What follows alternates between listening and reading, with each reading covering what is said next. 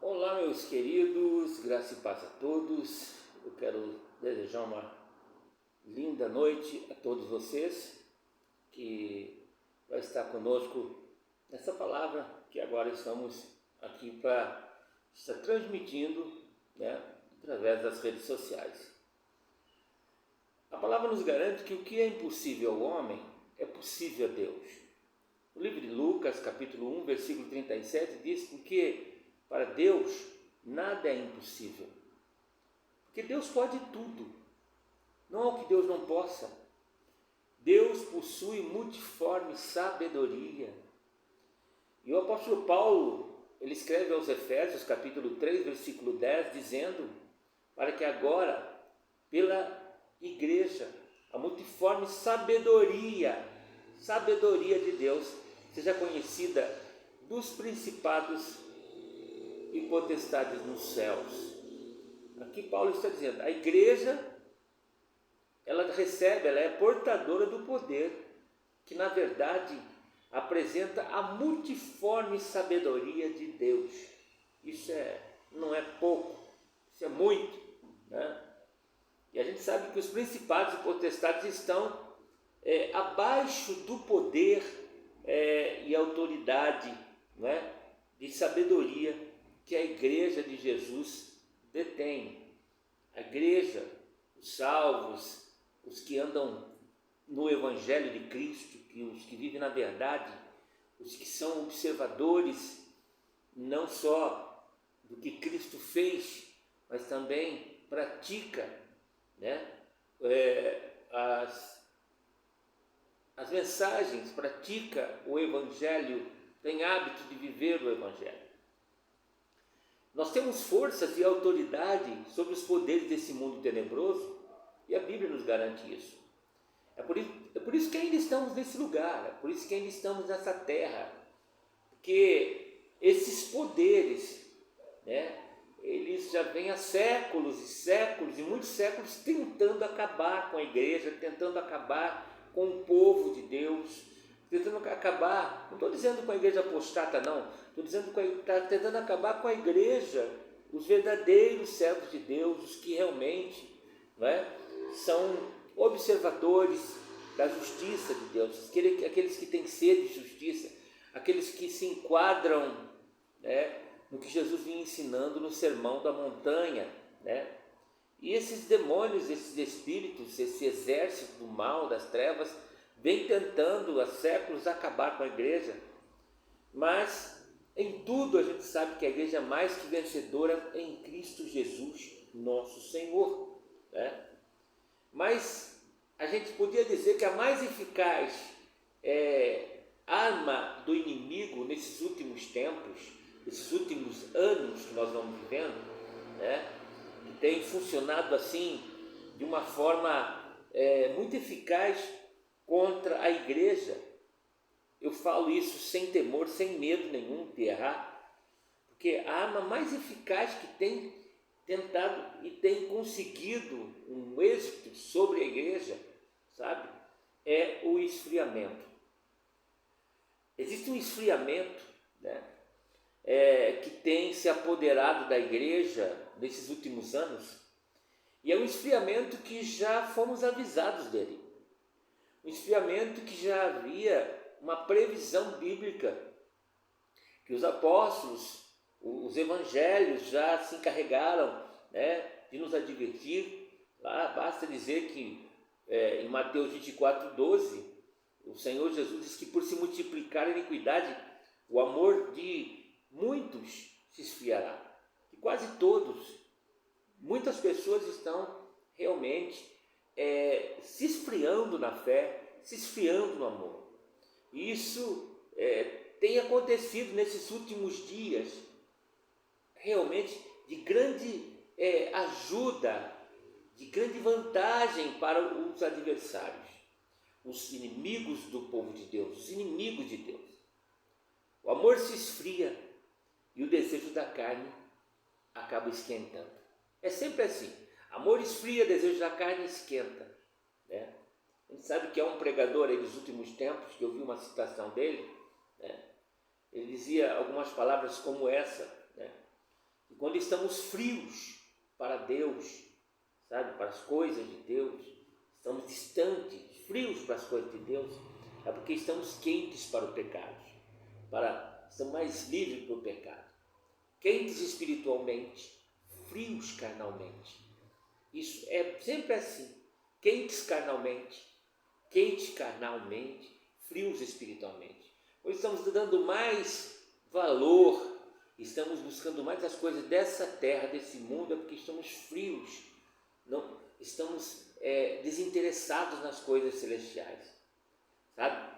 Quando estamos vivendo longe de Deus, é uma coisa interessante que acontece, né?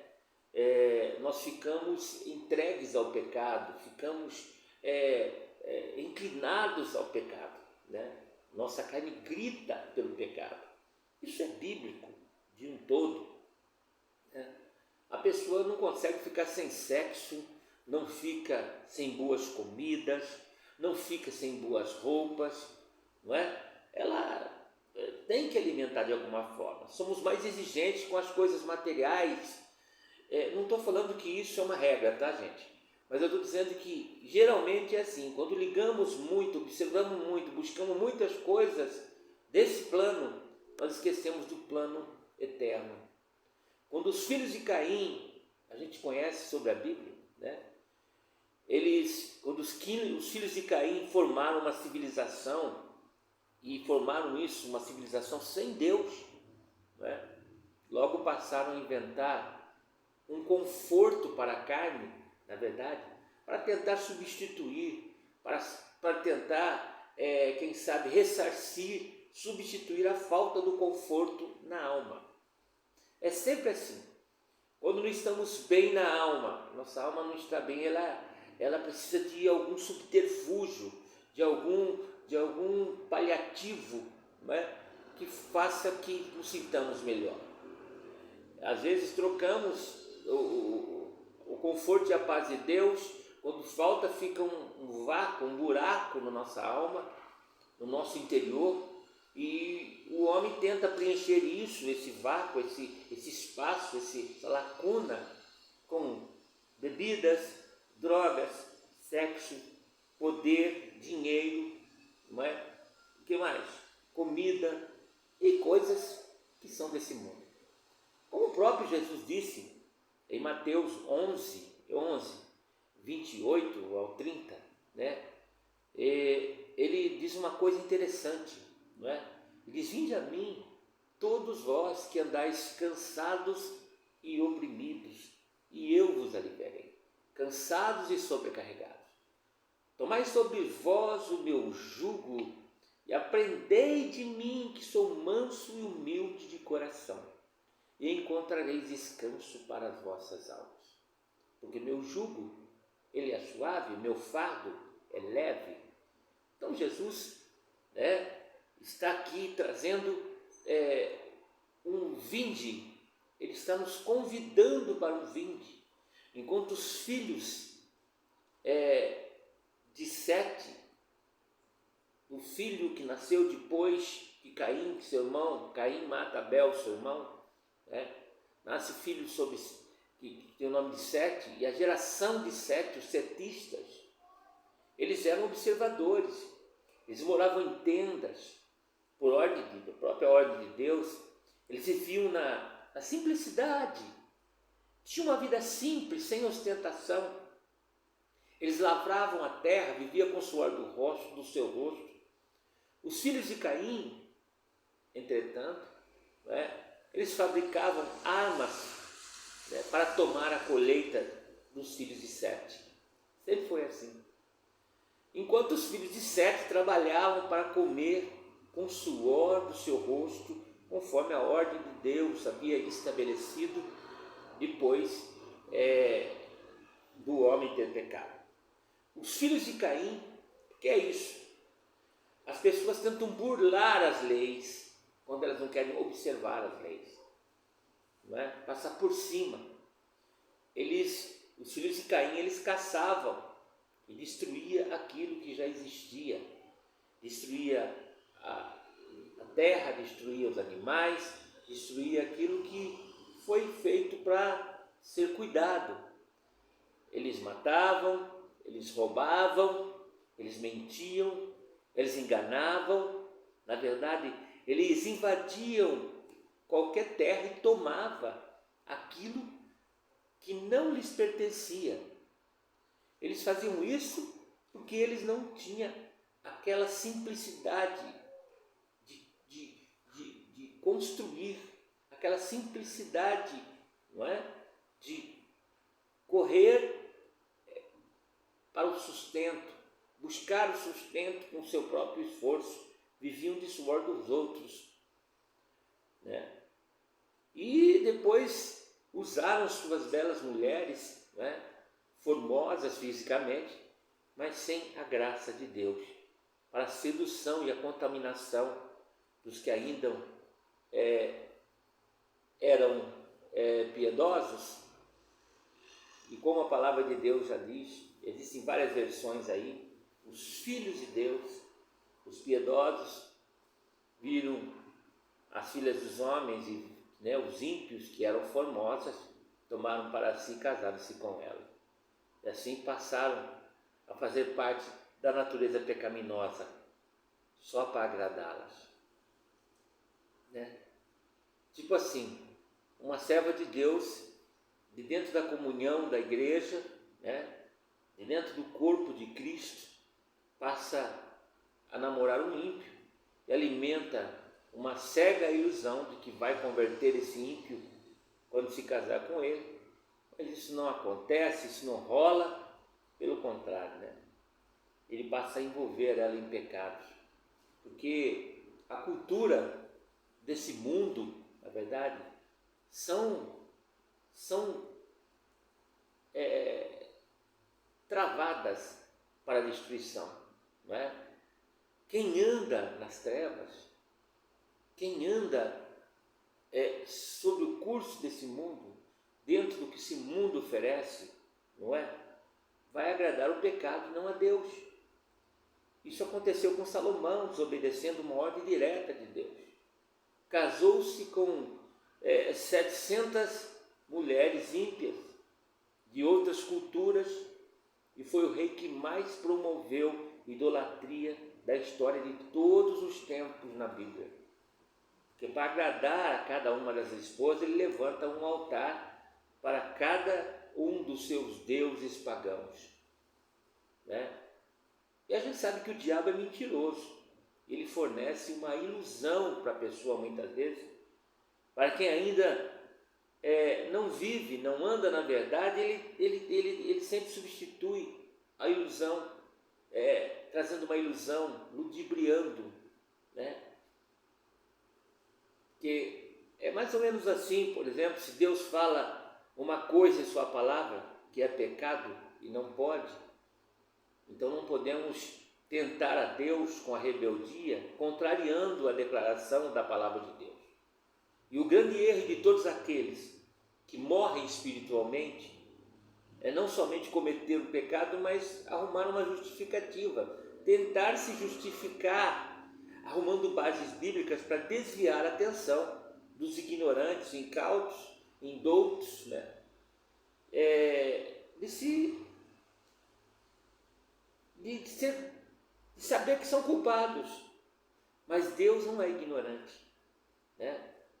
E Deus não se deixa enganar, Deus não se deixa mentir, Deus não se deixa ser subornado ou ser corrompido, né? E já nos preveniu antes que haveriam doutrinas e demônios enganariam a muitos, e que muita gente não observa hoje, que a gente vê, né? É que as doutrinas e demônios enganam, porque não vem escrita na embalagem assim, muito bem, agora essa é uma doutrina de demônios, a partir de agora eu vou começar a ensinar vocês como os demônios estão ensinando. Pelo contrário, Satanás usa de argumentos persuasivos, não é? Para convencer, às vezes, todos aqueles que não têm o dom, né? Que está aí hoje em extinção, é um dom que a gente poderia chamar de discernimento de espírito, que muita gente não entende porque não tem. Porque o lance é o seguinte: a palavra ensina que devemos crescer na graça e no conhecimento. E as pessoas acabam comprando, né? E comem e nem percebem, né? Que aquilo que compraram e pagaram caro é falsificado. Só um dia, quando passar mal e precisar de uma base sólida, não é? Que vão se dar conta de que foram enganados e compraram gato por lebre. Sempre vai haver alguém envolvido. Sempre que alguém está envolvido em heresias e apostasias, você pode ver, são as mesmas que não são corretas diante de Deus. É mais ou menos nessa lei. Não estou falando que homem não falha, todos nós somos falhos. Mas justificar o erro é pior do que o próprio erro. São aqueles que não obedecem à palavra de Deus e tentam se justificar, né? Mas quem é espiritual, quem é de Deus, sabe discernir as coisas espirituais. Paulo fala aos Coríntios, capítulo 2, versículo 14, ora, o homem natural, ele não compreende as coisas do Espírito de Deus, porque ele parece loucura, não consegue. Ele não pode entendê-las, porque elas se discernem espiritualmente. Então, a pessoa que vive na carne, a pessoa que vive no curso desse mundo, né, e não vive no Espírito, tá? A mensagem da palavra pregada à luz do Espírito Santo não agrada essa pessoa. Não agrada, começando por quem já está pregando. Então eu não posso procurar aqui uma coisa que eu vou pregar que me agrade, ou que eu nunca falei nela. Eu tenho que falar aquilo que Deus manda falar, mesmo que fale comigo primeiro, duro comigo. O primeiro a provar disso é o pregador, né? Porque não faz sentido nenhum, né? Porque essa pessoa acaba, quem é carnal discerne só as coisas carnais.